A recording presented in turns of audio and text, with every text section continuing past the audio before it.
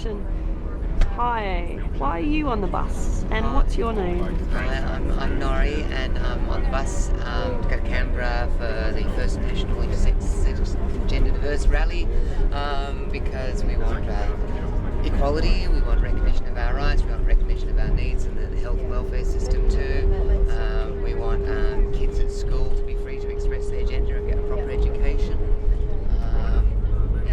And a lot of our demands, it's budget day today, a lot of our demands are pretty cost neutral. We just ask people to be treated fairly. When someone wants to get a passport or get married, it doesn't cost any extra to allow someone to do that, whether they're the same opposite gender or doesn't matter. And of course it does affect intersex people and trans people. This marriage ban that says marriage is only between a man and a woman, because not everyone is a man or a woman. So that means some people can't get married at all, which I think is a breach of the United Nations rules on human rights. Everyone's got the right to marry and form a family.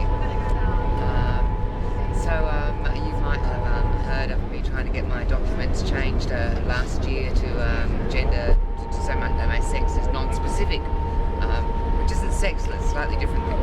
Anyway, the government in New South Wales initially said, yeah, that's a good idea, and this was the formula they came up with through the Australian Human Rights Commission's Sex Files report in 2009, which said it was a good idea to have this option for people who requested it. Not that it be forced on anyone. We're not saying that some people get labelled male, female, some people get labelled non-specific. It's a choice that people have. If you don't want to say what sex you are, or in my case, it's, who knows? Depends on how you see the world. And so I just rather not specify and say it's not specific, because it's not specific, really.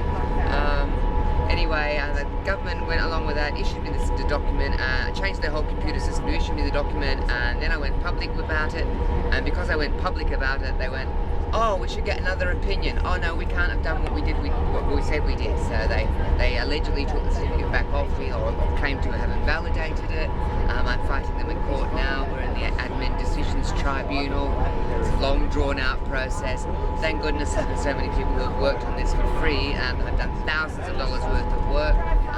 David Shoebridge was one of the barristers that handled it, and I'm doing a disservice to the many other people that handled it, naming him. And so we're going to Canberra to try and lobby for change, so that when someone wants something as simple as a document saying they are who they say they are, and not something that's got an inappropriate gender marker, then they get that document, and it costs the same as anyone else's cost. It's cost neutral, is what I'm trying to say. It's as neutral as my gender. Fantastic. And you've been involved in for a long time in the campaign for trans, intersex rights, sex and gender diverse rights. Is this historic? Well, for equality, I've been campaigning for equal treatment and prevention of discrimination on the grounds of sex or gender diversity, broadly speaking. I got involved with campaigning against moral persecution in Perth in 1979.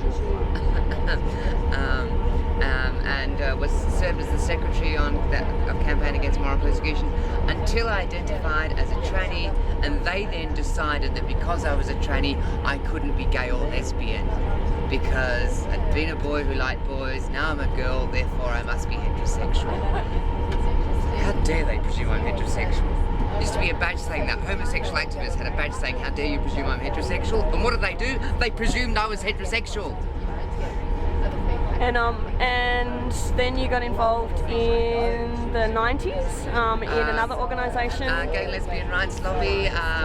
In the mid-90s I got involved in the Stonewall March of 92, and the organising committee did a speech there about how trannies were the niggers of the gay community. They were the serving class who were seen but weren't recognised. They weren't specifically invited. We'd say, oh, we've got all these famous trannies doing shows at this rally, and this rally's for gays and lesbians. And the trannies concerned weren't necessarily gay or lesbian. They could be bisexual, whatever. And so I was just saying, well, if trannies are part of the gay scene, let's name them in that. Rather, if you start naming things as being about gay men and lesbians, that leaves a whole bunch of people on the queer scene out. And I dared mention that it left out Cindy Pastel, who was one of the inspirational figures for Priscilla, Queen of the Desert. She's one with the sun, the bisexual tranny. And I said, let's get her to speak at this panel, I said to Bruce, who worked for the Anti-Violence Project at the time.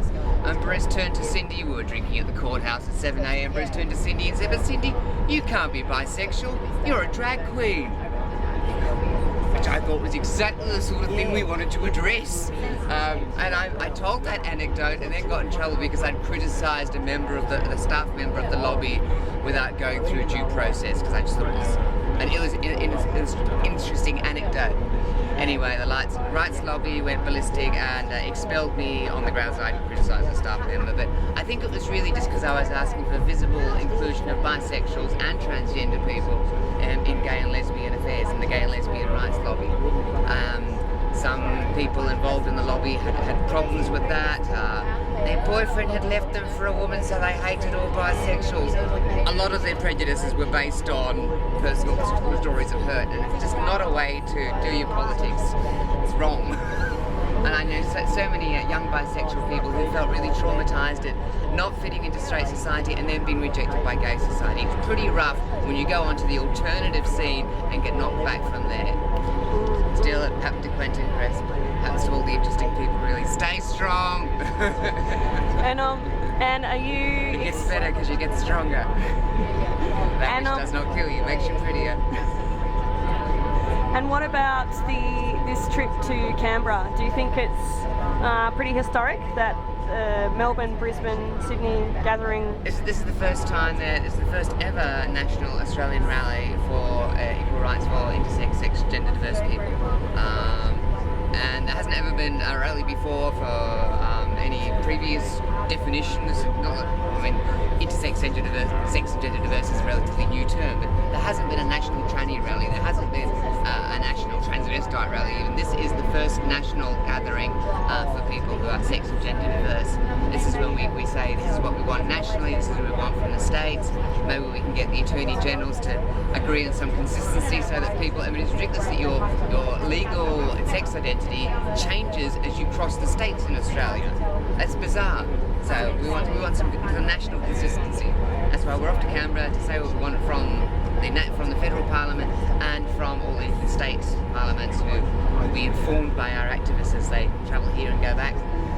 Fantastic. And will this kind of rally help your case to get along the road?